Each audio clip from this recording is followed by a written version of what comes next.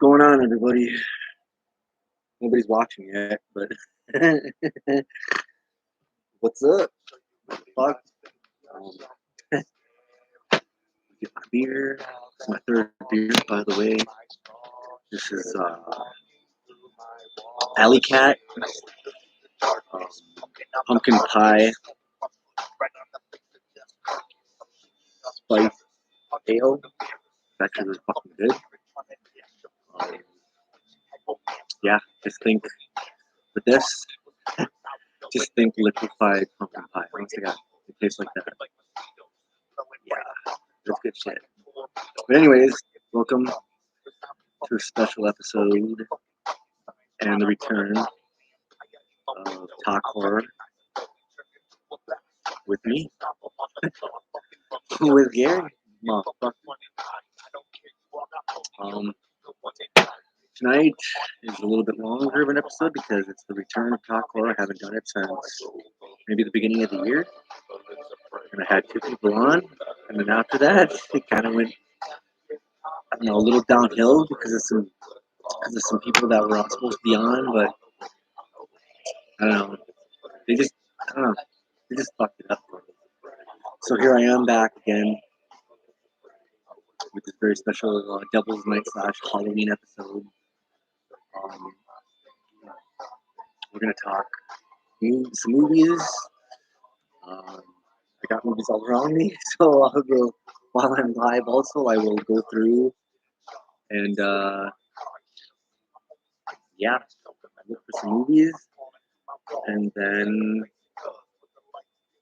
hit up JAMIE Phillips in our segment when someone calls in to talk a certain special kind of movie, which one movie is special and one movie kind of isn't, but still, we definitely need to talk about it because yeah, they bombed. They bombed hard. But yeah. Anyways, welcome to Talk Horror with Gary. I'm your host, the Crypt Keeper, Gary. Crack my beer here. And let's fucking get into it, guys.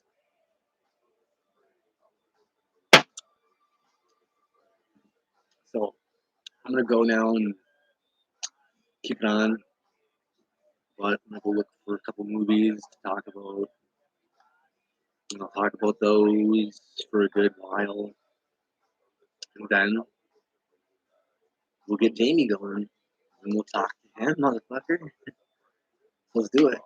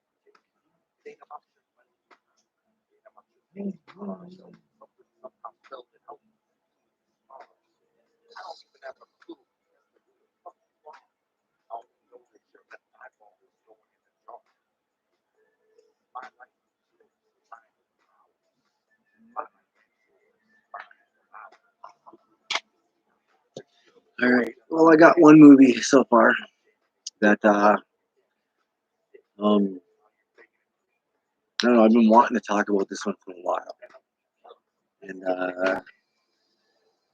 so I decided to. I guess the return of Talk Horror with Gary is the time. the special episode, Halloween episode here, and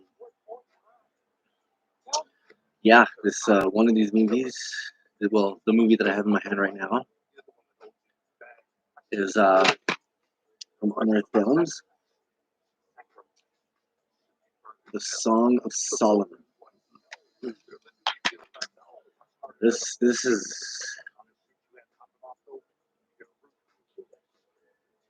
what to say about this one. Of course, Unearthed Films, directed by my man Stephen Byro. Love you, Steven. Fucking rock. Um, yeah, you know, if you like supernatural movies, supernatural movies, but only with, you know, with the goods, like excessive gore and you know, real acting. In my opinion, what I call it real acting. I don't know why I call it real acting. I guess maybe because um, it's real. Um, I don't know. I mean, all acting is kind of is real, but to me, because because Unearthed Films is independent, independent filmmakers. Um, to me, it's a little more real acting than your typical, you know, high, high or low budget film. Doesn't matter. I mean, any film can be good acting, but this is this. I don't know how to explain the acting on this. Well, on not just this, but almost really anything on Earth film. You know, um,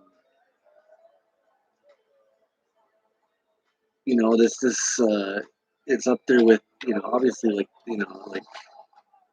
this is like The Exorcist only. I want to say better, but The Exorcist was a brilliant movie, and this is brilliant too. But with this, everything in it, all the gore, everything, the guts, everything was all made. There was nothing that was skimped on, nothing CGI'd, um, nothing half-assed put together. Um, they put their Stephen Byro and his crew fucking put their time into it. They put time into not just this one, but the other ones like Bloodshot, Bouquet of Guts and Gore, and fucking Sacrifice. I mean, those are all brutal fucking movies. Um, with time and effort. Not saying other movies aren't, but most movies have something, have some pro and con to you know to mention about them. They have some pro and con to go along with it. These, I mean, I'm sure people would come up with their fucking pros and cons about this or anything unearthed. I'm sure, but in my opinion, this is as real as it'll get. You know what I mean? Like, this is as real and original, yeah, original as it'll fucking get. These kind of movies. Song of Solomon is, well, I'll read it back. Mary witnesses the brutal suicide of her father. His death unleashes the savage forces of demonic possession in his daughter. The end of days is upon the world. Famine, drought, looting, and chaos are ripping the world apart. And the Catholic Church is trying to save an innocent soul from the ravages of satanic possession. Wave after wave of holy men are sent to confront the possessed. But what is the Holy Church actually doing? The city of Seven Hills is working on the second coming of Christ. But before he comes back, The Antichrist must rule the 7 years. Must rule for 7 years. The Song of Solomon's true nature is to unleash an evil the world has been waiting for since the beginning of time. Yeah, like I said, when acting is real and special effects are real, um, yeah, they send priests in to try to vanquish or you know, um, yeah, try to vanquish this demon. I forgot the demon's name in there. I don't think it says it on the back here. But anyways, it's a pretty brutal demon, and I knew the name, and it was actually one of the more, harder ones to fend off with some kind of exorcism. Not all demons, not all fucking demons are the same. Some are fucking weak, some are easy to fucking fend off. Others, could not only take the person's life, but honestly fucking like put an end to the world. Can honestly fucking do that because that's just the fucking strength of somebody. I mean, those of you that don't understand how possession and shit works, fine. I'm not gonna sit here for time on end explaining it because I could. I just don't feel like it. um, yeah, the Song of Solomon is a great fucking movie. I would definitely put it up there with The Exorcist. I don't know, they kind of go hand in hand. I can't say one's better than the other. I mean, if you want to go special effects and gore wise, definitely Song of Solomon. If you want to go, I mean, even for scares. So, I mean, really, you can't say, Song of Solomon for this, Exorcist for this. Honestly, either like boyfriend and girlfriend or best friends or something. They hold hands and they're fucking just perfect together. Um, you know, um, one is, one has a little more to it with, like I said, with the prosthetics and shit, like the guts and everything, real guts and stuff. Not like real guts, but like, what I mean? Not real guts, but it was real shit. You know what I mean? Real stuff she was stuffing in there and stuff. And it wasn't, just some CGI shit. You know what I mean? Yeah, and I don't know. I don't want to say this and make it sound bad because it's not, but I wouldn't say like jump scares, but I would more or less say like like in your mind, maybe psychological scares. Yeah, um, it gets you thinking, and when you think about it deep and hard, that would scare the fuck out of anybody, especially religious Bible thumpers. It would scare the fuck out of anybody. Even myself when I first watched it. At first, it didn't like I was at first more or less looking for jump scares, but then when I watched it, I was like, there's no jump scares really, but more or less in your mind psychologically. And then I got to thinking, and I was like, wow, actually that's fucking terrifying. You know what I mean? That's fucking terrifying. I mean, a demon taking over your body, taking over your soul, whatever, and making you do shit that you don't want to do. I mean, if you think about that, yeah, that's pretty fucking scary, dude. Um, so yeah, I wanted to talk about that a little bit. Song of Solomon, I definitely recommend it. Um, you know, anything on Earth because it's independent. Independent, and they put their soul into it. I'm not saying other movies don't, they do, but for the most part, this day and age, they don't anymore, really. I mean, it's more remakes than anything. But yeah, Song of Solomon is definitely 10 out of 10 in my opinion. They get down to the nitty gritty, and they really show you. They really, The Exorcist shows you, but they really, really, really show you this. where your possession is. So yeah, if you ever get a chance to shop on Earth Films, I would definitely, I don't know, either pick up DVD or Blu-ray, whichever you prefer, but I would definitely pick up this movie, The Song of Solomon. Definitely a good movie. Alright, now I'll go look for another movie to talk about for a little while, maybe another one, and then I'll message Jamie, and we'll get this shit going. Okay.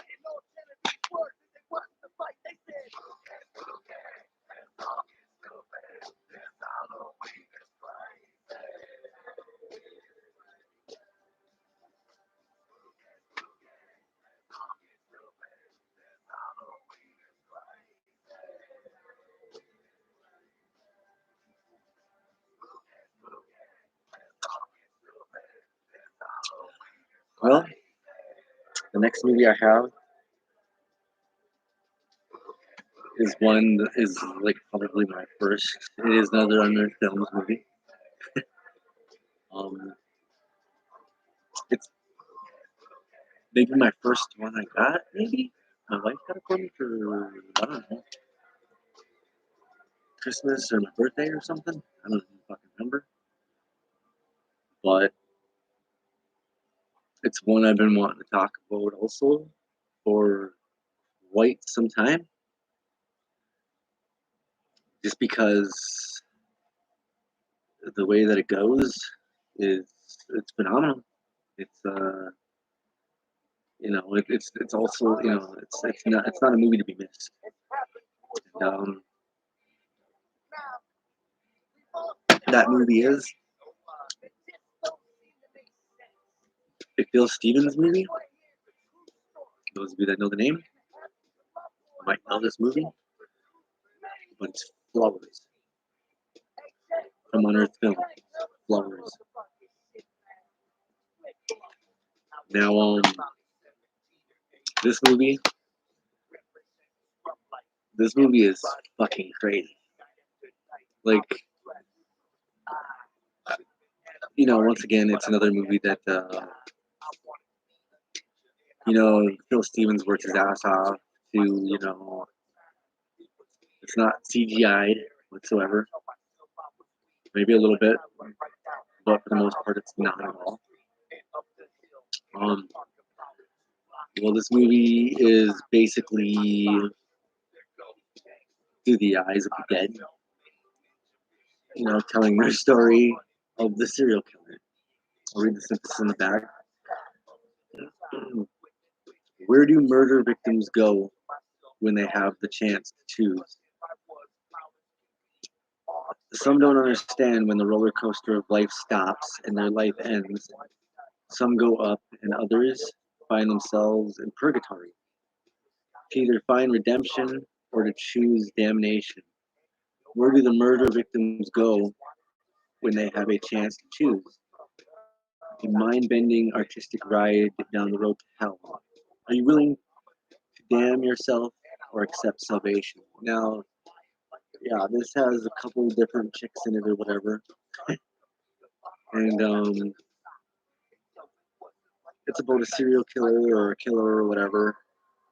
And he ditches their bodies, and they wake up, but they don't wake up. You know what I mean? They don't like wake up from sleep or something like that, or they're from death or whatever. They just kind of like spiritually wake up, and they're finding themselves. They're digging through like the house and everything that they were murdered in or whatever, and just just the way that this movie went.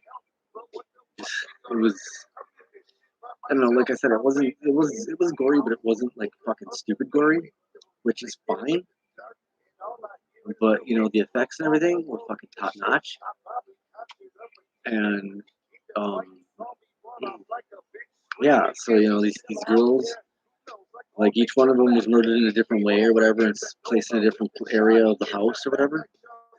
And yeah, eventually they wake up, and they wake up in their spiritual world, but still in the real world kind of thing. And twisted. It's a twist. And yeah, they're seeing what happened to them, and they're kind of, I don't know if I could say, reliving it in a spiritual way. Um, it's just another one of those. It's just, I don't know. When I first seen it, like, there's not much dialogue in it, really. I mean, like, if any at all. I haven't seen it in a while, but it's just, it's like not, it's kind of silent with dialogue, but just the acting and the motion picture of it explains it. If that makes sense, it explains. You can common sense put it together, and then then like the Song of Solomon, when psychologically, when you think about it, a demon taking over your body or whatever, it's scary. That's a scary thought. Same thing with this, when you see what happened to these women and see what they got to go through, they're in purgatory. You know what I mean? Like, they're living in purgatory. Their soul is in purgatory, and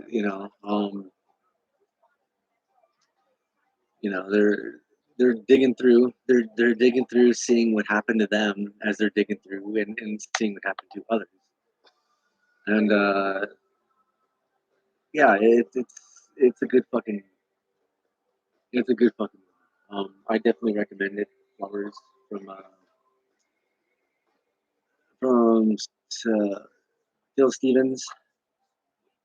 Um, oh, I'm gonna be texting you in a little bit, dude. So get ready. Yeah, no, this movie is just, in my opinion, fucking phenomenal. I love it. I mean, just the way that it goes, just the way that you see these victims. They don't really,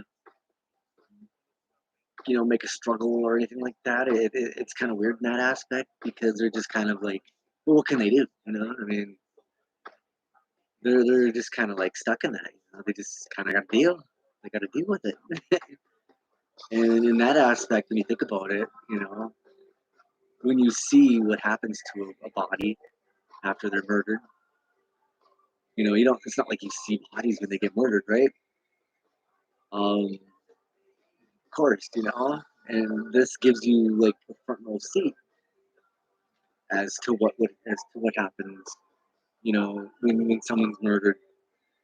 And yeah, it's chilling and creepy and crazy in that aspect. So yeah, I really love this. This is like maybe the first Unearthed Films movie I got, and yeah, no, it's just a really fucking. It's a beautifully shot. You know, um, in the picture, yeah, like I said, shot the picture beautifully shot. And, yeah, no, this is definitely a great fucking movie. Anybody who's into serial killers and shit and wants to see what it's like to be dead, that's it, motherfucker. That's the movie for you, Flowers. So yeah, if you're ever shopping on Unearthed Films, definitely. I don't know. In my opinion, pick up any fucking Unearthed Films. But if you're looking for something on the lines of this is definitely it right here. This is a beautifully, brutally made fucking movie. Yeah, definitely another 10 out of 10 for me with this one.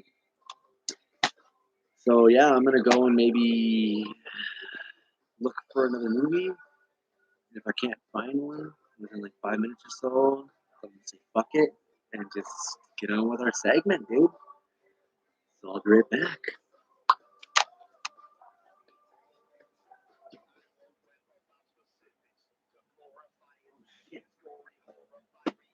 I think I'll do this one.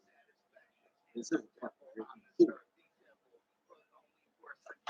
so I instantly found one because I'm buzzed a little and I'm just in the mood for it, I guess, because I love the fucking label so much. But anyways, this is another. Excuse me. This is this is another Unearthed Films movie, and actually, this one, I mean, well, we'll just show you first, and then we'll get into that. This one is Unearthed Films, of course, and the director is Eric Falardeau or whatever the name is. I probably butchered the fuck out of that. But anyways, this movie is called, pardon me, Thanatomorphos. Now that means, Thanatomorphos means to rot from the inside out. This movie right here is fucking crazy. If you ever get a chance to see it, it's fucking crazy. Like, I don't usually get grossed out too easy, but this kind of does it for me. This and other ones kind of does it for me. Thanatomorphos, like I said, means to rot from the inside out. So this chick, I'll just kind of read the synopsis first, like I did the other ones. Thanatomorphos is a French word meaning the visible signs of an organism's decomposition caused by death. One day, a beautiful girl wakes up and finds herself rotting. Okay, well, anyways, yeah. She doesn't, I don't know what the fuck, that was kind of a small synthesis, I guess. But, anyways, she doesn't really find herself rotting. She gets with this dude who, she goes out or whatever, goes to a party or some shit. And she meets this dude or whatever, and obviously he was like infected or some shit or something with whatever the fuck he has. But later, after they fuck and all this shit, because that's what they do, um, she gets like this infection or whatever the fuck it is, and she starts, as time goes on, she starts seeing the signs on her body and stuff. She starts to rot from the inside out. And throughout the movie, it just gets fucking worse. It just escalates. It just gets fucking worse. Like, like just gross, dude. Like, you know, at the end of it, I guess I'll get to the end right away. I don't really want to, but I'll do it anyway, just because I don't know, whatever. But at the towards the end of it, it gets to the point where she's basically fucking bones. So she's like crawling on the floor and shit, and she's like basically like just kind of like, I don't know, kind of think of like Hellraiser when the blood hits the floor and fucking ground soaks it up, and then that fucking what the fuck is his name? Um, Frank, maybe. Frank. He starts rebuilding flesh, and first it goes bones and then muscles and all that shit, and then flesh and shit. And yeah, like this, it's kind of like that, but reverse. It's like that, but very reverse. Like she's starting to like. Yep, it's Frank. Yeah, I figured it was Frank. I just it was on the tip of my tongue. I just wasn't, because I haven't seen Hellraiser in a while. But yeah, no, she kind of like starts melting from the inside out, kind of. And like I said, towards the end, it's to the point where she's like in the hallway and she's crawling, and it just gets to the point where she just stops because she's basically fucking dead, anyways. Because her body just melted to the point of like nothing is there. Um, yeah, Thanatomorphos. This one kind of, I mean, even if you look at the cover, I mean, you can just see, I mean, there's maggots on her hand and shit, and it's just gross, dude. It's just fucking gross. Gross in a good way.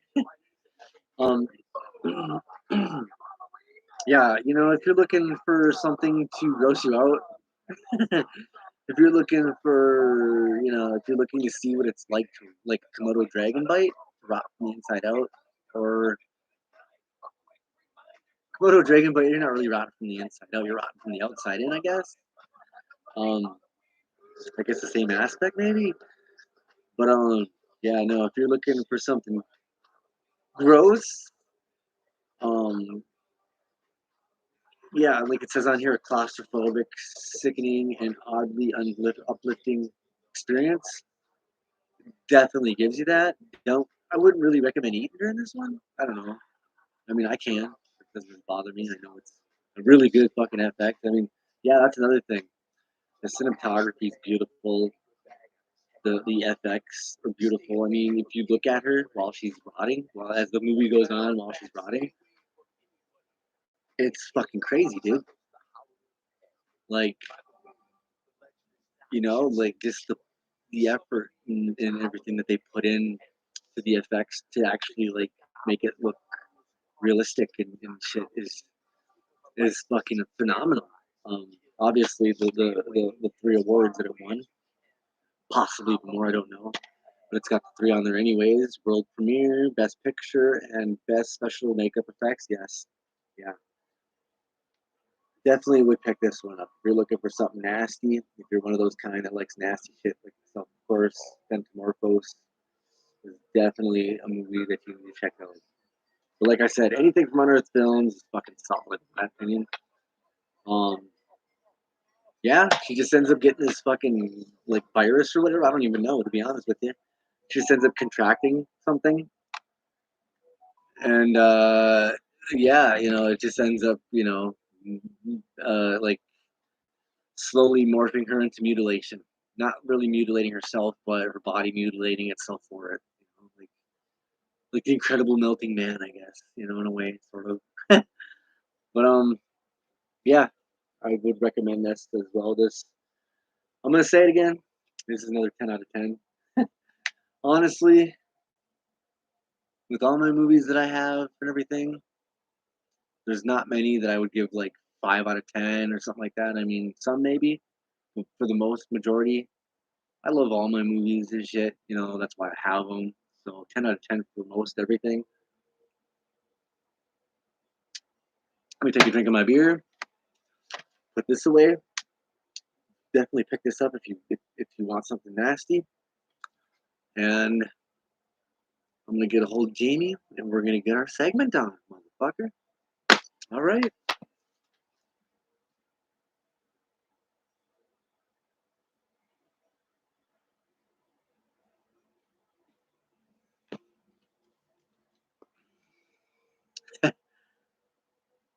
So I'm gonna go ahead and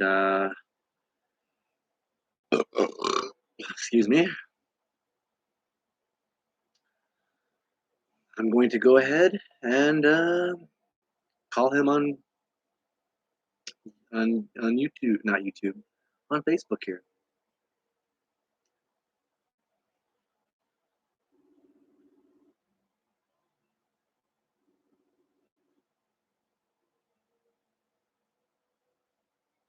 Hello there.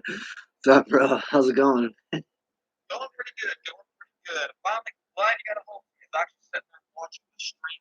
Yeah, I saw that. At first, I didn't know what the hell was going on, and then I was like, "Oh, that's Jamie. All right."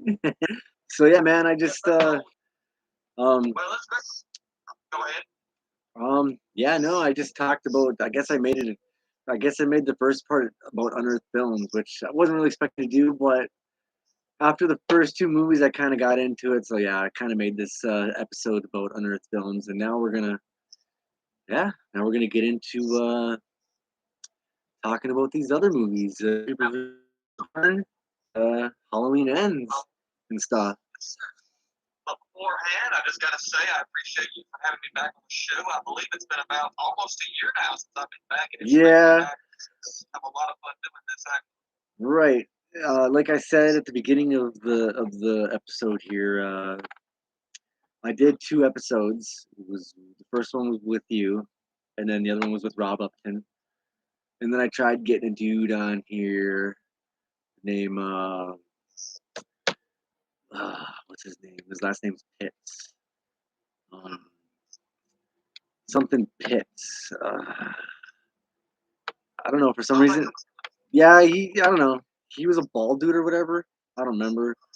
But anyways, after that, I don't know. For some reason, the fucking stream didn't go through, and I don't know. He was just kind of boring to begin with, anyways, and he just kind of fucked it up. And since then, it just kind of went downhill for a little bit. So I said, because I was writing scripts and getting ready to film more, and so I was like, fuck it, I'm just gonna lay it to rest for a little while, and then just I'll re fucking hash it, I'll resurrect it this coming October. So, ta-da! Considering it's Devil's Night, or it's a little later than Devil's Night, it's actually Halloween at the moment. True. Well, for me, I consider it still Devil's Night. But I mean, I get it. It's midnight, after midnight, so it's Halloween now. But yeah, man. Shall we get into this? Which one do you want to talk to about first, dude? I mean, it doesn't matter to me. You don't have. We don't have to go. We don't have to go in order or anything like that. I don't really care. I mean, I'm just down to talk. I don't give a fuck. Well, I think that the best way to start would definitely have to be Jeepers Creepers Reborn, since I know me and you have been waiting to tear into that one for a while now. I might be a little rusty on it because I didn't. I mean, I did earlier, like a while back. Do my notes and research and shit, but so I might be a tad bit rusty. So you might have to fucking help me on that. But hey, dude, we're gonna do it. So fuck it. But yeah, so go ahead, dude. We gotta hear this. So, Jeepers Creepers Reborn. Yeah. Where the fuck do I even begin with this? I've seen a lot of bad movies in my life. Sure. And people know for me, the guy who can likes bad movies. I always try to find a positive with everything. Sure. Something I can do. But when it comes to that movie, I can't think of but one fucking thing I like about that pile of junk. Which I'll end up getting into. But as you know, the movie starts out pretty much as a complete copy almost of the opening of the original, which is a couple driving on the road, the truck comes up behind them, and it's pretty much just a shot-by-shot almost recreation of the original's opening, although the tension is not there in my opinion, and the acting is a bit strange in my opinion. But anyways, come to find out that that whole intro is just a guy, our main character, watching a video on his phone, which one thing I do like about the opening is it does make a callback to one of the original inspirations to Jeepers Creepers, which is a gentleman by the name of Dennis Depew. I think he ended up murdering his wife and oh shit. Wait, is the blood-soaked rag, and he ended up following them, which I thought was a cool little tidbit with this movie. I'll give it that. Sorry to butt in. Sorry to butt in and everything, but maybe I'm thinking about a different movie, but was this based off? I wonder, was this based off a true story? Like the opening is slightly inspired by Dennis Depew, but aside from that, that's about it. The rest is pretty fictional. Sure. Maybe I was thinking about Saw with that one, the Jigsaw Killer. Maybe I was thinking about that. Yeah. But after that intro, this is when the movie starts going fucking downhill big time. I mean, we get introduced to two characters whose actor's name I couldn't think about right offhand, but I do know it's a gentleman by the name of Chase and his girlfriend whose name I cannot think about either. It's all right. But I do like the character of Chase throughout this movie. I mean, I did kind of like his character because he's meant to be a horror fan. Sure. And the whole point of him going to this horror festival. And one of the first problems we run into with this movie, continuity-wise, is the creeper waking up in this barn. That's a random fucking brick barn out in the middle of nowhere. And this is when the movie kind of starts taking a turn. A brick barn? It's more like a shed almost. It's like a brick building. And weird. One of the things he does, he gets out and starts eating a pile of worms, which is kind of goofy. Yeah, I do remember that. I do. I didn't see the full film because when I was watching it, like, of course I had my son around me, but usually if a movie's good, that won't matter to me. I'll be more focused on the movie than what else is going on with me. But with this one, it was kind of fucking boring at times, and my son was more interesting at the time. So yeah, I kind of failed on some areas, but a lot of other areas, I will definitely be able to I'll definitely be able to relate on the viewing of it. Now, one thing that a lot of us in the Jeepers Creepers community knew that this movie was most likely doomed from the start because for sure. pictures of the smoke getting released back in 2021, which was last year. I can't think of what time. Probably about the midsummer of 2021, we started getting photos. Yeah, I agree with that. Right away when I saw what the creeper looked like. I mean, I only saw a picture at the time, and when I saw that picture, I looked at it and I was like, "Oh, okay." But then later on, I went back and I was like, "Wait a minute." I looked at that creeper, and then I looked at the creeper, in the first one, and I was like, "Dude, these fuckers are way off." Very much off. One thing that got me is I do get that the fact that they wanted the creeper to look more beaten up, more malnourished, but it doesn't look like that to me. It just looks like a cheap copy of what's supposed to be the original. I mean, I've seen cosplayers do a better job on a tight budget compared to what that fucking production company did. Sure, sure. Um, Another thing is the movie. Well, it begins with these two characters, like I was saying, Right. going to this horror festival, and evidently there's now a cult involved for whatever reason. Which I Well, thought was why is that? Why did they gotta fucking bring cults into those? Nothing against this movie right here. I loved this movie. I loved the way it went. The remake or whatever of Wrong Turn.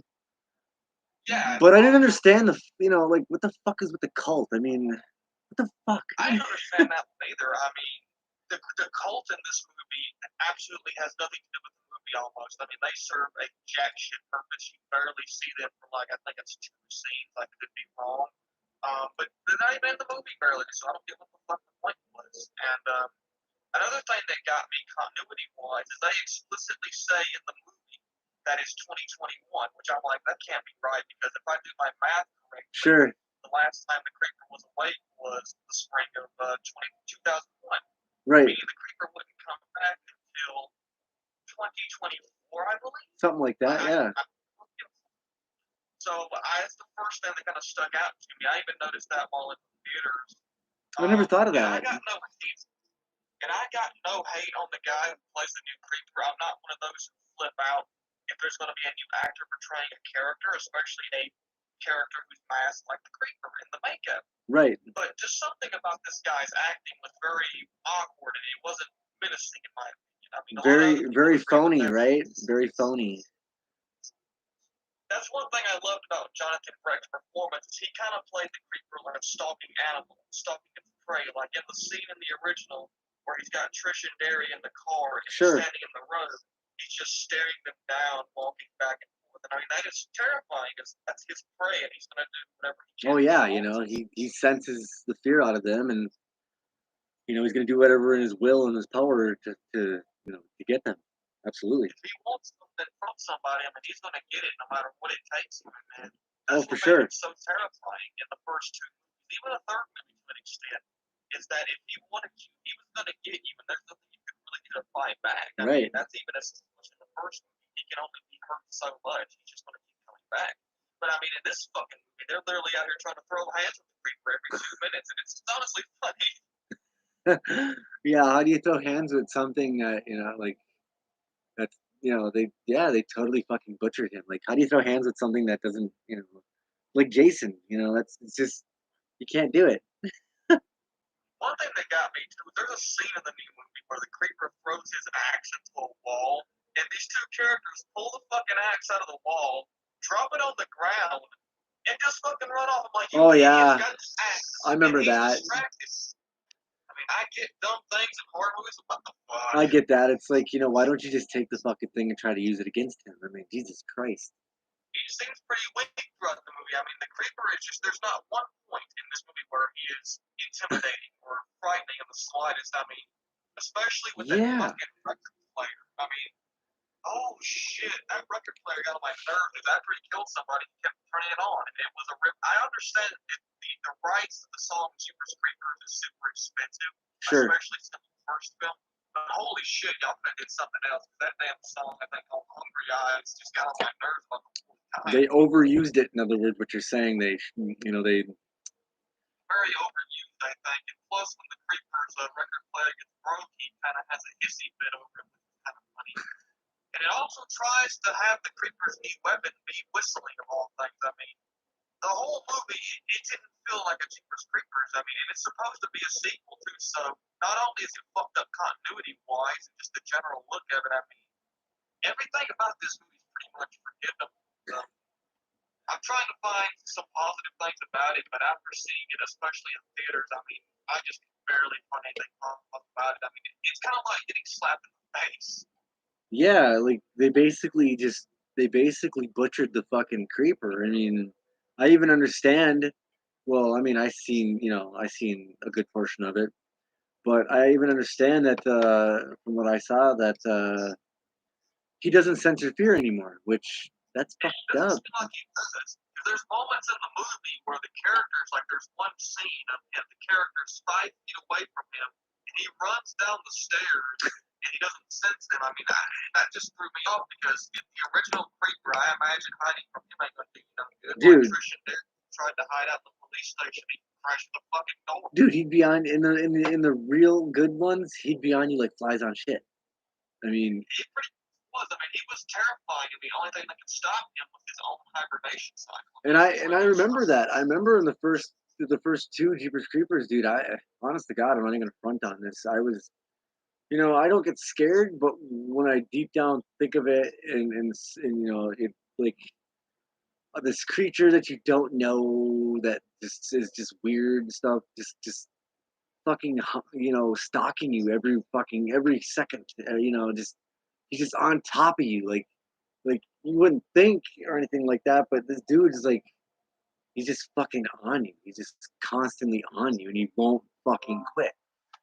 And with this one, with Reborn, I don't know. It was like a pissed off wrestler trying to go after someone.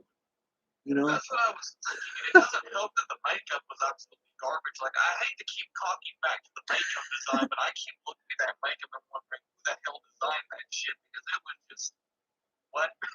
Well, the original Creeper in the first two and all that. I mean, those effects, they were fucking downright creepy. I mean, The third movie, even with the third movie, super low budget, which I believe was somewhere around just over $1 million. I mean, it might have been $1.5 million. I'm not completely sure. That makeup is 10 times better than what we got in Reborn. And like I was saying, I mean, I've read sources that said the budget for Reborn was around $10 million. And I've heard other sources say it was somewhere around 5.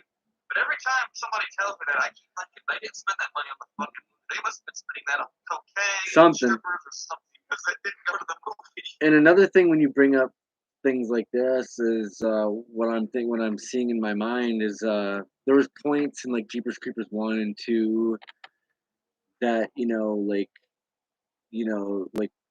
the main characters like Derry and his sister and stuff, they'd be like away or whatever, and then they'd like kind of zoom in on this creeper in a kind of a scary way, and they just kind of like show like real creepy like positions of him and stuff, real mysterious creepy fucking positions and shit, and you never really knew the creeper, but he was fucking terrifying, and it always made you fucking, it was intimidating as fuck. The first movie does a good job of keeping him in the shadows. That's right. There you go. Yes. But even when you do see him, you were just terrified. Yeah. He didn't do much, but he did do a lot. But like in those shots, it was real fucking dark and eerie, and it really terrified you to see this thing that didn't give a fuck if you were looking at it. It kind of actually knew you were looking at it, to be honest with you. So it kind of just did that anyways, to just be like, fuck you kind of thing. I can, you think I don't see you, but I really do kind of fucking thing. One of the best shots, in my opinion, one of my all-time favorite movie shots, and it still creeps me out to this day, is the shot near the end of the first movie where the creeper is up against this one-way glass and Trish, the main character, is looking through it, and he's on the other side. Yeah, I remember that. Shot, the lighting is just creepy. Right. She can't see him, but he's looking right. Yeah, he's got his fucking sight right on her ass. Yeah, I remember that. Yeah. That was a brutal fucking moment. Oh yeah. It's horrifying. And even with Jeepers Creepers Reborn, like I said, I always try to find something positive with movies, and I hate the doggone movies. But when I saw that, very generic. Like, they made this bad on fucking purpose. They must have made this shit this bad on purpose because it's horrible. There's nothing about everybody agrees with me. I mean, the entire Jeepers Creepers community, for the most part, is just pretty much agree on the fact that it was a shit entry. There's another YouTuber who's big on Jeepers Creepers by the name of the Critical Overlord. You might have heard of him. There's a lot of videos on Jeepers Creepers. Sure. It was, you know, in my opinion, with Jeepers Creepers Reborn, it was, you know, it was very generic in the way that, you know, it didn't seem like, to me, like, it kind of just seemed like he just made it to make it. He didn't seem like he wanted to make it for the fucking true fans. It just kind of seemed like, oh, this guy's a pedophile or whatever. Let's make a fucking movie.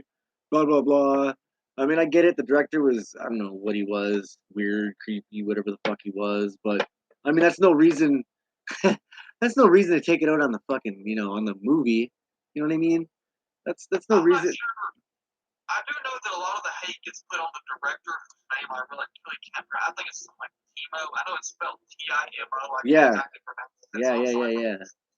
But all the hate gets put on him, but not one single bit of hate on the person who wrote the fucking script, whose name I can't think. But whoever wrote that script must have never seen Jeepers Creepers. I'm guessing. Oh yeah, no, absolutely not. I mean, either that, or he just like, you know, with the director of this Reborn, they just, I don't know, they just didn't give a shit. Maybe they just wanted to put a movie out to put a movie out, in my opinion. And I understand there were a lot of COVID restrictions when it came to the filming of Reborn, but just everything about the movie was that. But Sure. one thing, they kind of blue balled us, and I think me and you have talked about this before. They kind of blue balled us, and this is probably one of the only times I actually kind of liked something from this movie. Really, is there's only one scene with the truck. The creeper walks up, takes this tarp underneath the truck, and you don't really see the truck, but I've actually seen pictures of the truck they use behind the scenes, and it's not really good in my opinion. But he takes the truck and he's flooring it down the highway, and the way that it's shot is pretty cool because it's showing close-up interior shots and it's showing shots at the party, and it's leading you to believe that the creeper is about to crash the gate out of that party and something's going to happen. Sure. But they kind of blue ball us because the creeper ends up hitting a fucking Wi-Fi tower, I think is what they say it is. I don't understand that either. I missed that part. Fucking first movie implies that the creeper can pretty much turn off power with his mind. I mean, he did that several times. I mean, the first movie, I mean, he cuts the fucking power off the police station. Sure. It implies that he is supernatural to an extent. Not sure how much, never really went into, but he is, in fact, supernatural. Right. Like, for example, his weapons. I mean, if you remember in part 2, it's like when Ray Wise's character is sitting there kind of messing around with the creeper's dagger. Sure, yeah. The direction of the creeper. We don't get any of that with Reborn. I mean, there's nothing really supernatural. I don't get what the fuck it is about this whole unborn baby shit. I mean, I don't understand anything about that. I mean, I'm up for movies doing something different, but I really don't understand what they were trying with that. You know, to me, I don't know. To me, they just added shit in there just to try to please the ones that, you know, didn't want. I don't know, for some reason in my, you know, with that, they just, once again, they're looking at the original creator and his, you know, whatever the fuck he did. I don't exactly know if he was like child porn or something like that, or what the fuck it was. They actually caught him. He actually ended up with his victim, who was Nathan Forrest Winters, ended up getting him at the age of 12 while he was filming a film called Clown House, and I think he was in possession of CB, which I'm sure you know what CB means. And they ended up getting him for 11 months, so they pretty much kind of walked right out of that charge. So it was never anything like sexual or anything like that? Yeah, but I know it was pretty big time for victims. And the thing is, they pretty much slapped him on the wrist, and he just pretty much walked the fuck out of those charges. Sure. Which I was like shocked. I mean, I'd be pissed off too if he was. I mean, I think the first movie he did afterwards was a movie called Powder, which I've actually never seen. Powder is actually a pretty good movie. I've actually never seen it. But Jeepers Creepers 2, I mean, a lot of people say Jeepers Creepers 2 is better than the original, which I kind of have to disagree on that. I do think that the original's a bit better, just my opinion. But Jeepers Creepers 2 is a super fun movie. And when I went to the theaters, you know, I didn't have my expectations very high for Reborn. But I was thinking that they were maybe going to use some of that CGI to fix up the Creeper's makeup and whatnot, but they Sure. didn't. I mean, that's a fault that I have with the movie, is that pretty much 90% of it is green screen, and it looks fucking flat. Oh yeah, I was just. I mean, that's one thing that makes the original Jeepers Creepers movie, even the third movie, so good, is the fact that it's on location and there's not a whole lot of CGI. I mean, the first two movies, especially the original, are beautiful. I mean, the cinematography of just how they captured Florida, I mean, it is beautiful. Right. Yeah. Even No. the second, They. Sorry. Go ahead. It's all good. even the second movie, which was filmed out in California, I believe, even they made it look beautiful with the cinematography. The Right. third movie, which was pretty Louisiana, I mean, the three movies look good for the most part. I mean, this fucking movie, you just green screened it. It's bad. Yeah, I was gonna say that with the original Jeepers Creepers 1, 2, 3. Of course there was CGI in it, but they did it right. You know, they didn't overdo it. And Especially, no, go ahead. It's cool. go ahead. I actually said that. Go ahead. With Jeepers Creepers Reborn, I did definitely notice a lot of the CGI and I don't know. Yeah, I didn't much care for that myself either.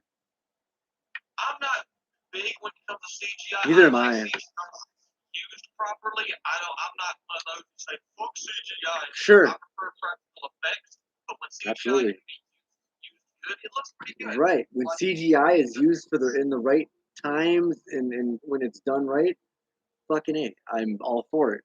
I mean, you can make a full CGI movie, which I don't really recommend, but if you can do it fucking very well, then fucking have at it. It's kind of like getting a little off topic here for a second, but it's kind of like the Michael Bay Transformers movies, the CGI for Sure. the Transformers. I mean, that is just fucking awesome, Right. work, especially at the time.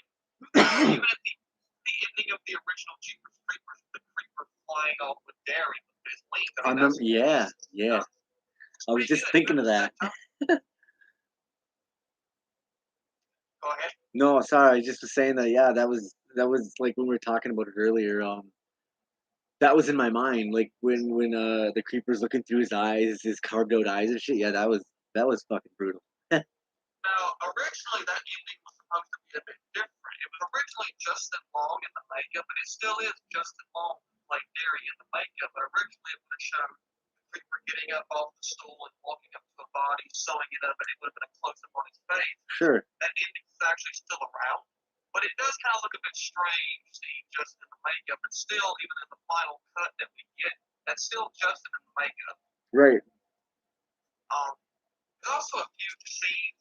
It's like in part 2. I hate to get off topic again, but there's It's all actually a good. shot where the kids look out the bus window. Yeah. The creeper's just standing, stalking them. I really wish they would have left that few seconds in there. It's a really creepy shot. Right. Yeah, that was nice.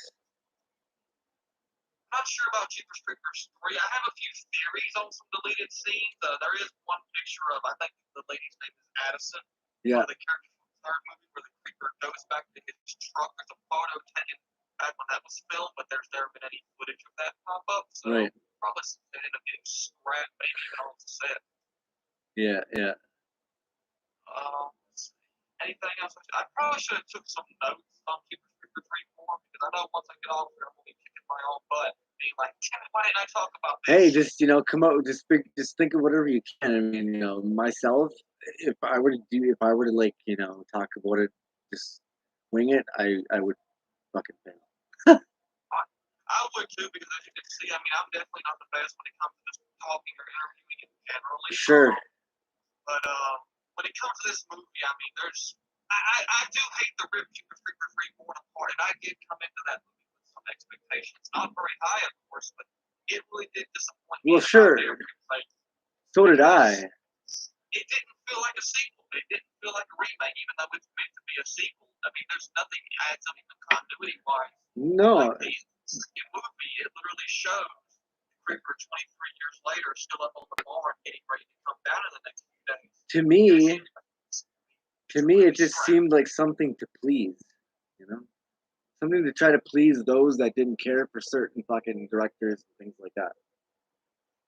Well, I'm not sure why it was made. I mean, I can believe Timo, I'm not completely sure how to pronounce his name, so I hate to be treated I like don't know that. why it was made. Originally, some love was going to be put into this movie, but with the COVID restrictions and whatnot, it's just like it went shit because the opening was actually shot in 2019, and it's okay, but at the end of the day, it's really just a copy of the original opening. Right. And that's one thing that made that original opening and chase scene horrifying, is just the tension you get with it.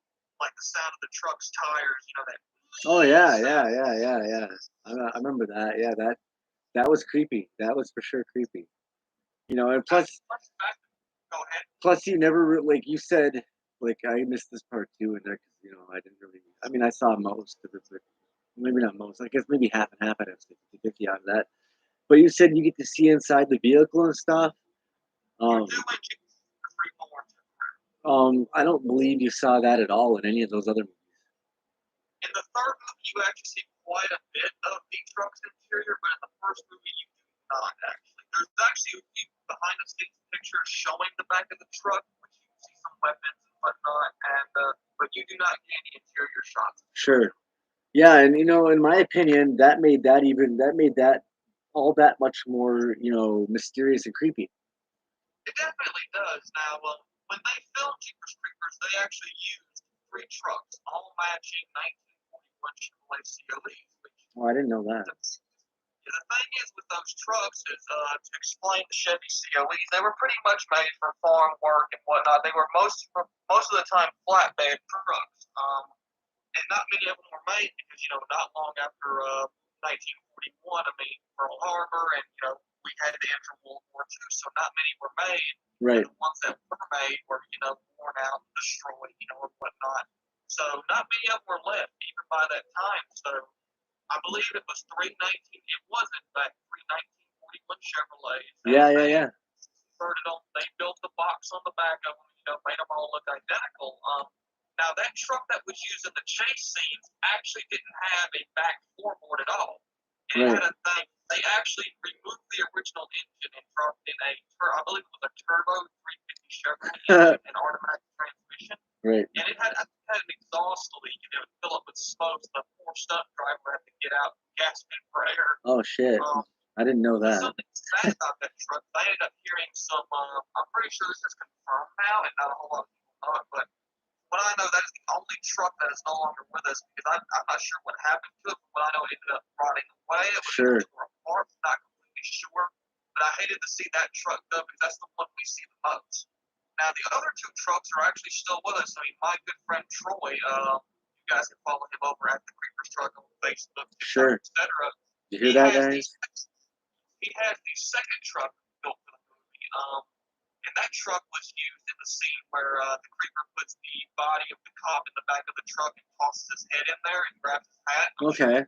Yeah. It's used for that. Then there was a third truck, which is actually the first truck built, which is the prototype. And from what we know, it was only in one shot, which is the shot where the creeper is staring down Trish and Derry from the road. Sure. Bodies. Yeah. That truck doesn't have an engine, from what I know. When a gentleman out in California named Tom Redimer ended up picking it up.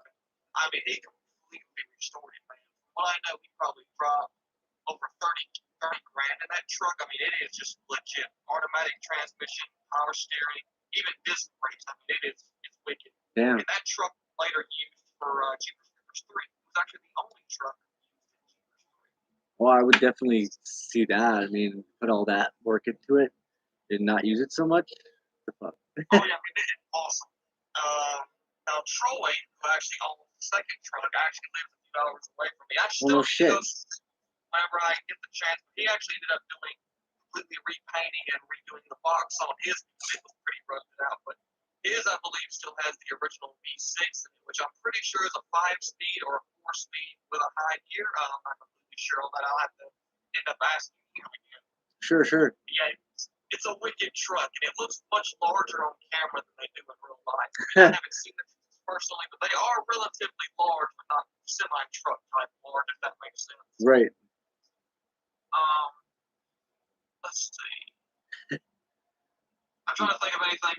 Go ahead. You know, no rush on anything. No, you know, it's just cool. Whatever you come up with, man.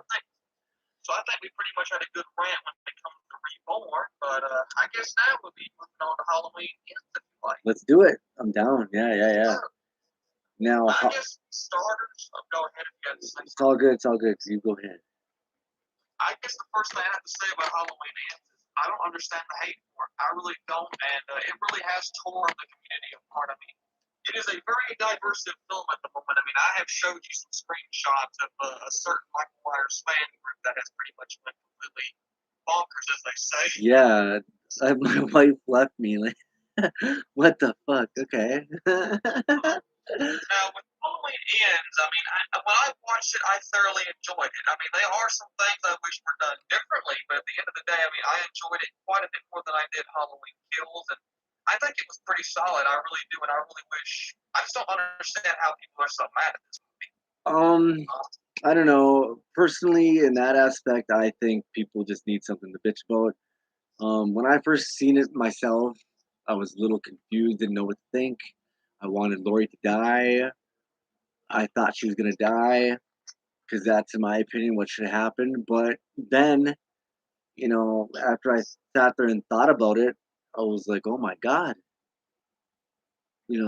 John Carpenter utilized Season of the Witch, and I mean, Season of the Witch was not, didn't have Michael in it very much, but there was a reason. It was very essential for the franchise because it wasn't, really like it was a Halloween movie. Like John Carpenter was going to make like different type of Halloween movies. An anthology series, kind of like the Twilight. Yeah. I personally don't hate Halloween 3. I think it's pretty solid. Honestly, at first I didn't like it, but then I kept watching it and I was like, whoa, wait a minute now. Wait a minute. And then I pieced it together and I just realized that really when you look at it, they're just showing you, what those masks are capable of. It's a creepy thought. It really is. And like the thorn, the thorn symbol is the curse. And when you think about it, the Halloween 3 is very essential to the franchise because I mean Michael's mask is a silver shamrock mask, and that's where he gets his strength from, is from the mask. And at first it didn't connect with me at first like that, but then as I kept watching it and everything, I was like, holy fuck, dude, like this is not just some like anthology. This is showing you what those masks are capable of. And with Halloween Ends, I don't know, there was just when I rewatch it, there's just the fight between Jamie Lee Curtis, the fight between Laurie Strode and Michael. Sure, it might not have been as hardcore as a lot of people wanted it to be, but at the same time, think of it this way: when you have something that's cursed, and when you have something that's cursed and can't really technically die, what kind of fight can there be? Like Laurie says at the ending of the movie, she says evil doesn't die; it just changes shape. Exactly. Exactly. I and mean, yeah, go ahead. Sorry. When it came to the ending, that's one of my small complaints with it. I do wish we had a bit more going on, but with Sure. what we got, I just thought it was, really cool for the most part, man. I guess I should get to the small nitpicks I have in the movie compared to anything else, because like I said, I enjoyed it, but I do enjoy the character dynamic with it. I mean, it was, even Stephen King said that it was very character driven, and a lot of that cringy dialogue from Halloween Kills especially was gone. And I mean, I had a lot of fun with the character of Corey and Allison. I mean, it was fun. The characters were fun. I do wish that they would have laid off of that a little bit and we got a little bit more Michael or whatnot. Maybe even some returning characters. Well, but it was solid. I really think it was solid. Well, with what happened in Halloween Kills, Michael ended up disappearing after the death of Laurie's daughter. He basically kind of like a Freddy Krueger thing with using Jason to get his energy, get his power back and all that shit. With Corey there, Corey was a new person. He came in, I mean, a lot of people give him shit, which I don't. At first, I could kind of see it, but then, like I said, when I thought about it, I was like, "Whoa, wait a minute! This is fucking phenomenal." Because with Corey, there, he's just a new dude, and that first scene with the little boy dying, that was really fucking hard for me to watch, considering I have a kid myself. But when you think about it, that little kid was a fucking asshole. I hate to say it, hell for saying this, but when I first saw that scene, I bursted out laughing. I'm not sure if it's the way the dummy fell or just the circumstances around it, but me and my brother both just died laughing. Are you scared? Are you scared? In my opinion, it's like, dude, don't stand by the fucking door. You kind of ask for that yourself, in my opinion. It's a sad thing to see a little boy die, like a child die like that. It's really sad to see that. But at the same time, he didn't have to be a little punk like that and be like, "Are you scared, Corey?" and stuff. He's 20, 21, or whatever. It doesn't matter your age. You can still have phobias and shit. And Corey obviously had a phobia of, being in a fucking enclosed area and stuff. And of course Michael Myers he had a phobia of, and this little boy was just egging him on. And in my opinion, the little boy should have just backed away from the door, but he didn't. So he kind of served his own death.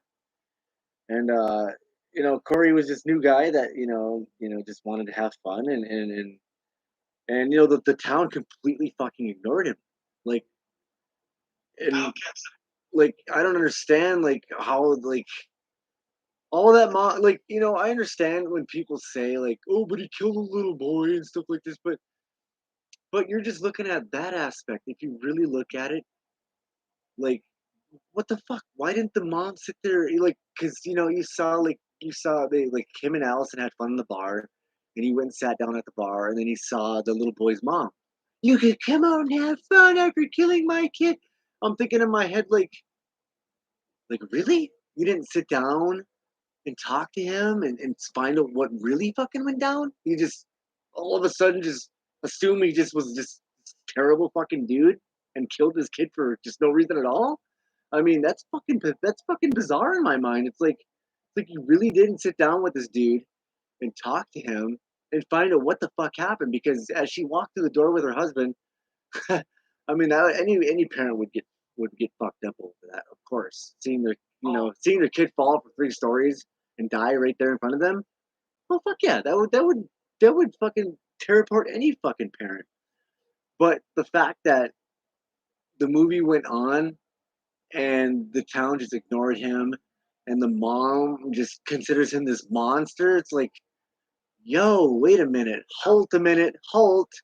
So you're telling me you didn't sit there and at the police station or whatever the fuck it was and talk to Corey and try to figure out what exactly happened? Because yeah, she did see a knife in his hand. She did hear him say, "I'm gonna kill you," but it's not literal shit. It's just because he got locked in a fucking closet and he didn't like that. I'm gonna kill you, but not literally. But it just ended up being a literal thing without him actually really meaning to kill him. So in my mind, it's like, why the fuck didn't you like? Well, I don't understand how you didn't try to figure this shit out. You just kind of still stuck on the fact that Corey's a fucking monster, and that's that really fucking puzzled me there. It's probably a bad coincidence with with Corey too. Something I noticed about him is he kind of has a resemblance to how Michael looked when he was unmasked in the original movie. Quite a few people have pointed that out, and I think that was definitely done on purpose. Also, something with the bar scene that you might not have noticed, and it seems like a lot of people passed, and I did too my first time doing it, is that Nick Castle, who we all know played Michael originally in the first movie, he makes a cameo. Oh yeah, I did. But I enjoyed Corey. I really did enjoy him, and yeah, he I got fucking. I wouldn't have minded seeing a sequel with him. A friend of mine actually had the idea of what if Corey survived and him and Allison finally snapped and went on a killing spree in a different town. I mean, that's an interesting thought, in my opinion. But I'm sure that people would just flip shit if that was ever the case. Yeah, and they did with that with the whole Corey thing. they kind of went. If you can see where I'm coming from, they kind of went with like the Jason Goes to Hell thing, like not.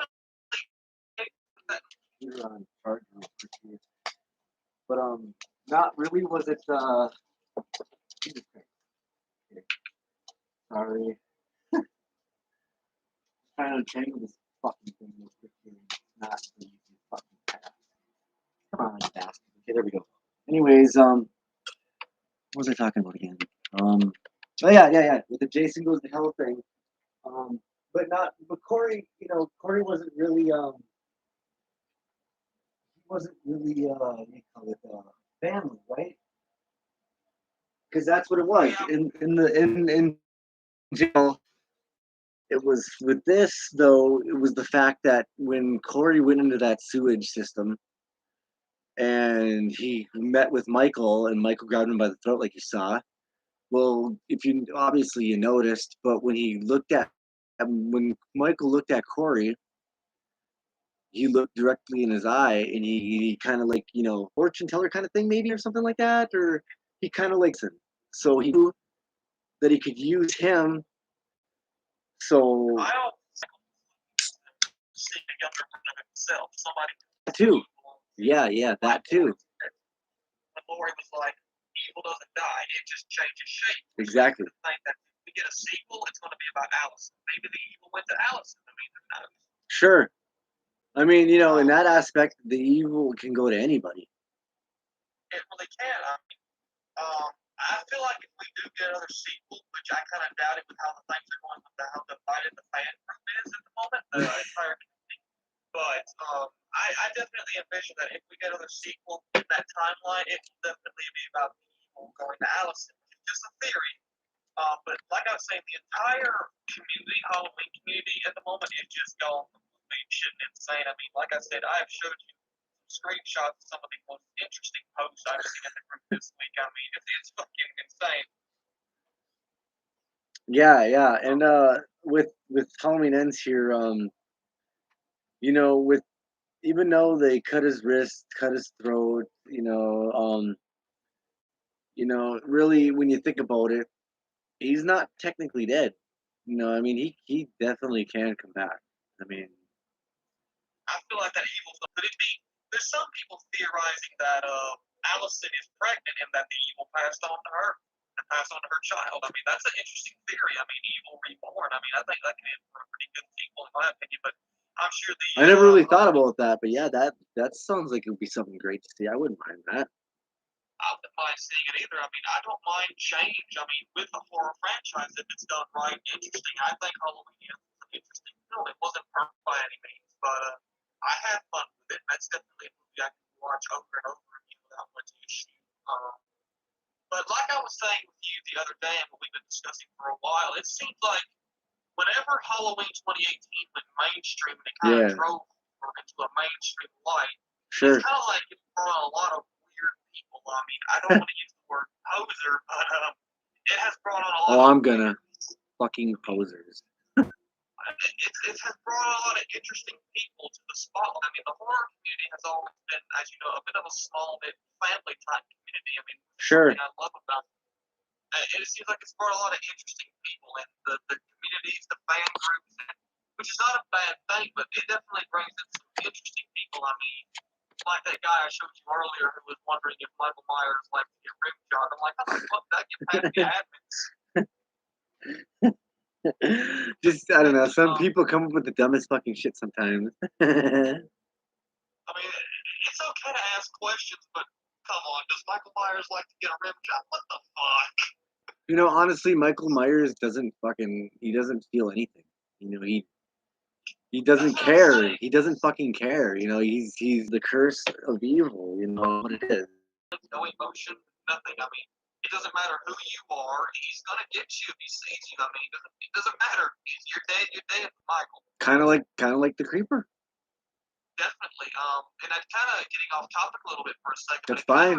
Talk about whatever the fuck you want. It's cool. It kind of reminds me of a death scene from Puppet Master 2. Oh yeah. Where the puppet Torch, which I'm not sure if you're familiar with that puppet. Oh yeah.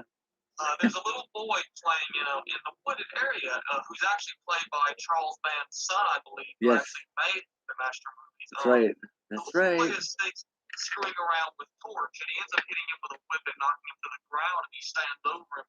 Right. Torch takes his fucking hand and just lights him on Oh, fire. yeah. He doesn't. But that is a horrifying death scene. I mean, even with it off camera, that was just kind of horrifying to take in. He had the balls to kill a kid. Halloween 2018 also did that, and it actually showed it for the most That's part. what makes viewers come back, though, is bizarre scenes like that. Oh yeah, I mean, I love the Puppet Master franchise. It really is up there. If I had to have top two favorites, it would definitely be Jeepers Creepers and Puppet Master. But Oh, absolutely. I love Puppet Master, dude. Fuck yeah. so do I. That's what I grew up on. I mean, I remember being I have a subscription to Full Moon Features, so. I remember being 5, 6 years old, sitting there with the VHS watching them on the big ass old TVs. I mean, I'm sure you know what I'm talking Oh, about. yeah. Big Fox 90s TVs. It used to scare the fuck out of me watching those movies. Oh, Like, yeah, just seeing these fucking dolls, these toys, just killing motherfuckers. I was like, what? And so when I was young, I'm sitting there looking at my toy box, like, you gonna wake up or something? Or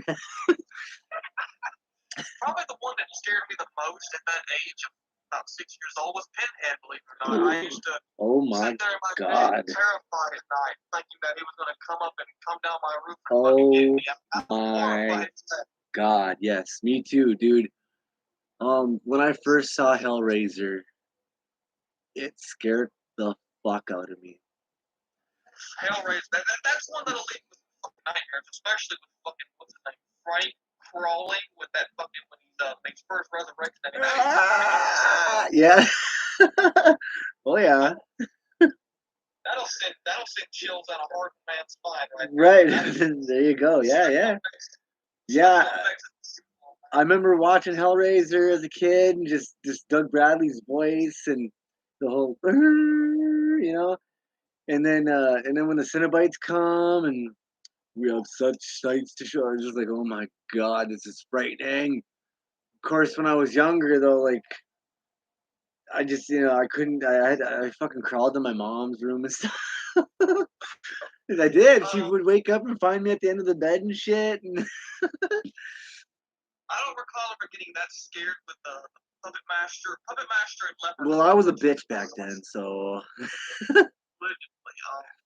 But I do know that I was horrified of Pinhead when I was younger. Oh yeah, Even though he's one of my all-time favorite puppets, I mean, Puppet Master 2 is my all-time favorite in the franchise, and even though Blade is my favorite puppet, Pinhead, you gotta love him. All the puppets have got an original, unique look to them. Oh yeah, and that's what's great. They all got their own. It's just their own specific, special detail to them. It's beautiful. I mean, especially with David Allen, who did the stop motion for the first 5 movies, I believe. I mean, his work was just incredible. Unfortunately, he ended up passing from, I believe, stomach cancer in 1990. I remember that. So, yeah. But his effects works, him and his crew, that you can't beat that work. I mean, it's been 30 years and that work is still untouchable. Dude, it still scares the fuck out of people, for sure. It does. I mean, the same with the Puppet Master remake, which I don't hate that movie, but it is definitely a gore fest, and the gore looks great. Now, I don't remember now what that remake was called again. The Littlest Reich. Oh, yeah, that's right. Okay. I didn't hate it, but it was definitely an interesting movie, and the thing with Puppet Master is it is so heavily overlooked, which is unfortunate. I mean, even the designs of the puppets, they're so well made, especially in the first 5 films, even on to the 6th movie. I mean, the effects are all, great for the most part. Oh, yeah, absolutely.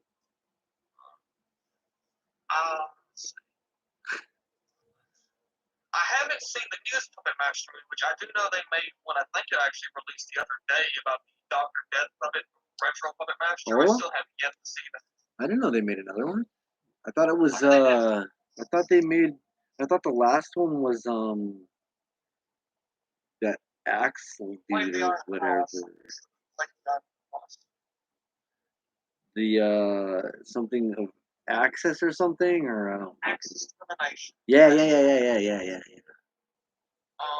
I believe that was made. Then after Access Termination, it was Blade the Iron Cross. Then it was Dr. Death, which is the newest movie. Okay. Even Charles Band himself, I believe, once said the Puppet Master will never die. and I really do hope one day it finally finds a bigger audience. I doubt it'll ever hit mainstream, but I really do hope that it finds I a hope good it doesn't audience. hit mainstream. Enough shit's hitting mainstream. It's kind of sad. Well, unfortunately, when anything hits mainstream, it usually goes toxic very fast. I mean, Oh yeah. Look at the Halloween community right now. I mean, it is just torn fucking. You know, I'm not. I don't believe I'm in. I think I'm only in like maybe one group. I don't even know though. Because a lot of the groups that I was in just too much shit. I don't know. I just got tired of seeing dumb fucking questions and things like that. So I was like, you know what? I even I even posted it saying this group fucking sucks. I'm out, and then that's when I left. I mean, I hope that does die down eventually because I really do hate it when the horror community is so toxic like that at the moment. Because I view the horror community as a family. A lot of us view it as family. I've met a lot of great people, and there's a lot of great people there. Well, right. Really, that's like myself. I don't have many friends, and I look.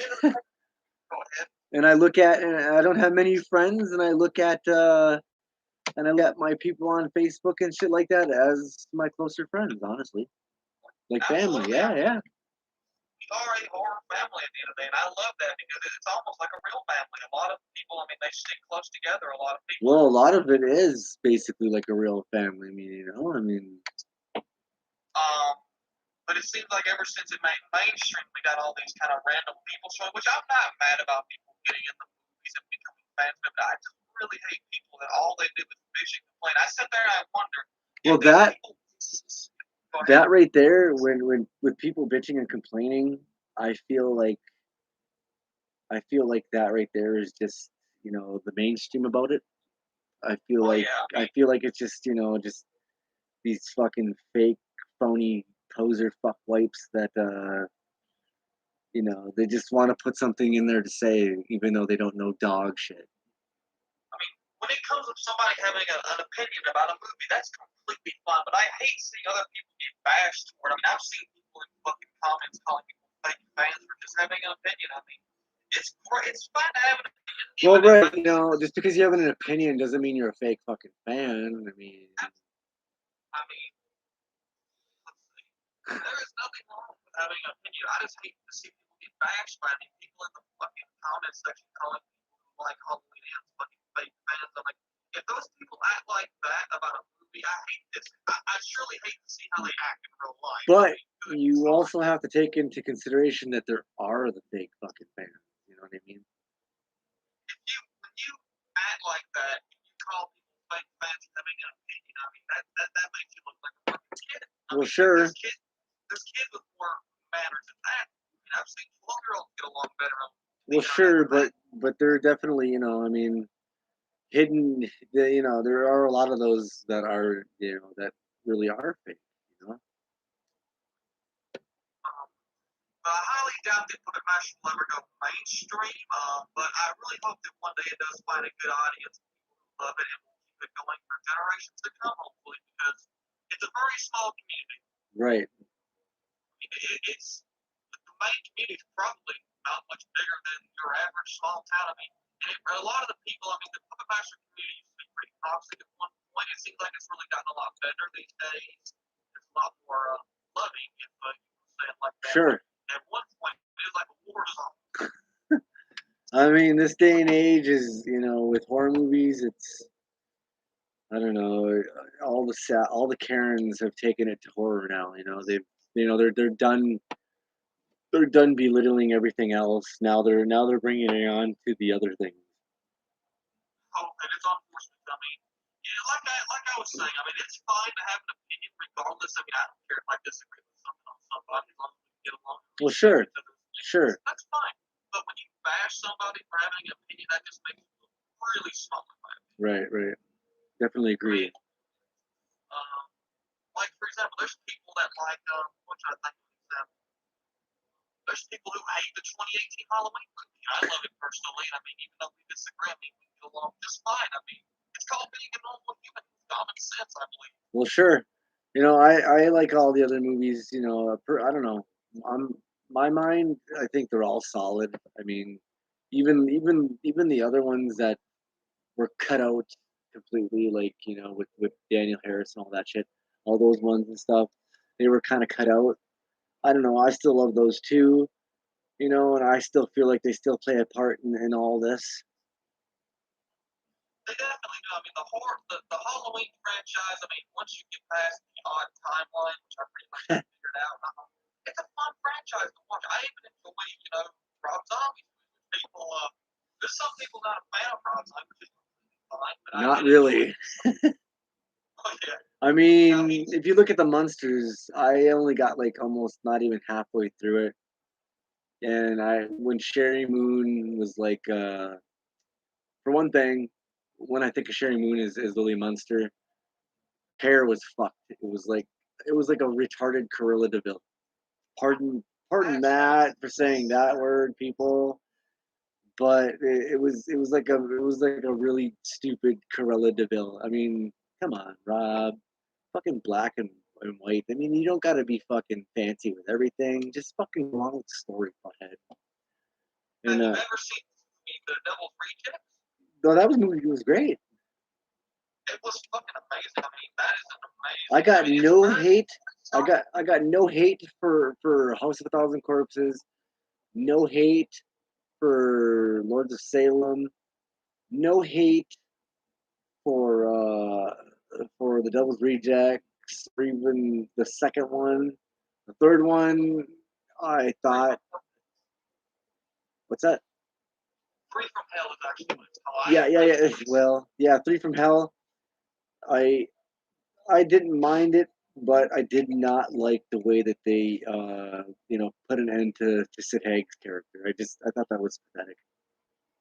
It was sad to see Sid like that, man. I mean, Sid, that was one bad motherfucker right there. I mean, just showing him in jail, that's it? Really? I mean, come on, well, man. The reason why that was done is because his health at that point was just. Oh yeah, his health bad. was fucked, but I understand that and everything, so they couldn't do too much. So yeah, Sid, I mean, that was an awesome guy right there. Sid Haig was something different. He was definitely fucking awesome for sure. I hate that I never got the opportunity to meet him because that's one guy that I mean, just love him to death. I don't see how anybody could. I mean, Same here. I would love to meet him. Yeah, but unfortunately, it's not gonna happen now. Unfortunately. Now, I love the Devil's Rejects, House of a Thousand Corpses. They're very interesting films, very different. And a lot of people are still grossed out by the Devil's Rejects because of how violent and grotesque it is. But to me, Hey, they're not wrong though. I mean, and plus, also, what you're about to say is true. Is my opinion too. They are people in this world like that. I mean, you may not hear about them every day or see them. Oh yeah, dude. It takes all kinds. It takes all kinds to make this world roll. There's all kinds of sickening fucks out there. You damn right. I mean, the Devil's Rejects, that's what they are. They are some sick folks. They're demented and could care less about anybody else, really. But I mean, you end up actually really enjoying the characters. And I think Rob did a pretty great job at making you actually kind of feel bad for them until you realize, wait, hold up for a second. Right. Yeah, yeah. Just in my opinion with Rob though, leave nostalgic things alone, please. Monsters was just, it was more to me of an insult. I still have yet to see that actually. Well, go ahead and watch it. Watch it. I'm not discouraging you not to. I mean, get your own opinion, but I'm just warning you. If you're a, if, well, it all boils down to this. If you're a Monsters fan, if you watch Monsters, if you're like me and grew up with Monsters or whatever, which you're younger than me, so you may not have really grew up with them too much, but to a certain point, yeah, like I grew up watching it, and it's just something that I really fucking love. I mean, that's my password at work and everything. 1313, Mockingbird Lane. But it's not the whole thing. It's just 1313 is my password at work. And like watching this remake or whatever the fuck it was just too cartoony, too comedic. It just and sure, the Monsters was comedic. It was, but it was comedic on a fun level, not a fucking drawn out fucking insulting way. In my opinion, I mean, it just was, I don't know, it was fucking terrible. I don't know. Herman Munster was like, I didn't, the trailer when I first saw it, I was like, dude, this has got to be fucking fake, because Herman Munster was just, I don't know, it was terrible. Lily was terrible. The only one that I didn't mind, weirdly, which not really weirdly, but was Grandpa. He was, I did not really mind him. He was all right. Wasn't the same guy, of course, because he's, rest in peace. He's dead. But yeah, no, Grandpa was kind of the only one I could really stomach. The other ones were just like, oh my god, why am I watching this? But being a horror movie fan, I had to watch it. I didn't fully watch it, but yeah, it was, I don't know, more of an insult to my childhood nostalgia. That kind of reminds me a little off topic of Texas Chainsaw 3D, which I'm sure you've seen. Oh, that movie was fucking great, Oh honestly. yeah, I don't care what anybody said. It's an awesome sequel. I mean, it might have had its few quirks here and there, but Dan Yeager and Leatherface. Fucking every movie has its quirks, man. I mean, it is what it is with that. I mean, I had a problem with Texas Chainsaw 3D for the most part. I mean, I absolutely love it. I even consider it really my second favorite. I personally, I thought it was brutal. I mean, just how she gets his house and shit, and then realizes her relatives in the basement, and it's Leatherface. I mean, I don't know. That to me was fucking awesome. Yeah. Dan Yeager, who played Leatherface, I mean, he was just awesome. I mean, that's the guy right there. Right. Awesome. And I'm just sad that they didn't utilize him more in other movies. Same thing with me. I mean, he's a very intelligent guy, actually, Dan Yeager. I mean, I actually follow him here. Oh yeah, so do I. And I see everything he posts, and I read everything, and just that dude is just one of a kind, in my opinion. Very well spoken man. He played a great tribute to Gunnar Hansen. I mean, that guy will always be Leatherface. Oh yeah. Yeah, absolutely. Whenever, sorry to cut in on that, but whenever I scroll and run into him on Facebook, I'm like, oh, Leatherface speaking again. Even the new guy whose name I can't think of right off now, unfortunately, but even his performance was really good in my opinion. Oh, in the 2022 one? Oh yeah. I don't remember his name either, but that movie fucking ruled. I don't know. In my opinion, all the Texas Chainsaw Massacres are fucking solid. I love about every one of them myself. Aside from the fourth movie, I mean, I love even the Texas Chainsaw at the beginning, which I don't see why it was so pissy at the beginning. I actually preferred a bit more over the remake, just my opinion. I really love 1974 a lot, but yeah, no, the remake. I don't know. I'm kind of in the same area a little bit. That it's hand in hand, really. Awesome. I mean, yeah. Fourth movie is about the only one that I just generally dislike. About anything else, I mean, I pretty much comedy real well with horror in that one. I mean, with the guys in the fucking car, and they're on the phone with Stretch and shit, and they're being chased on the fucking bridge and stuff, dude. I mean, I laughed, but at the same time, giving a shit, driving on the side of you with a chainsaw. I mean, that right there, in my opinion, that could really happen. You know what I mean? Although a chainsaw is actually a pretty ineffective weapon because Sure. it would definitely be chopping through car doors, and they have a thing for, I mean, if a chainsaw hits something hard, I've had it happen to me before, it's been tested before, the chain will just kind of, fall. Yeah, no, the chain definitely would not. Yeah, I know. Well, of course, it's a movie. Of course, they got to kind of stretch chain. When the chain went through the door and shit, that chain would have been fucking flying right away. Oh, that thing would have been flying off. I'm pretty sure the bar side, which if you're not familiar, a bar is when the chain goes over. The chainsaw, Oh no, yeah. I'm pretty sure the bar on that saw was about 30 inches or 27 inches. Right. So it was a huge, I believe it's actually the hugest chainsaw in the series. Yeah. No, you're right. I do Absolutely. know it's a Polson chainsaw. I can't think of its actual model number, Yeah. but it is a Polson chainsaw. When you look at it, you can definitely tell that it's not a typical chainsaw. It's kind of like the chainsaw from the original, which was a Poland 245, Right. which is actually super rare now. Right. I saw one of those fucking things going for like $1,000 on eBay last week. Holy shit. Shit. But I believe it. I mean, go ahead.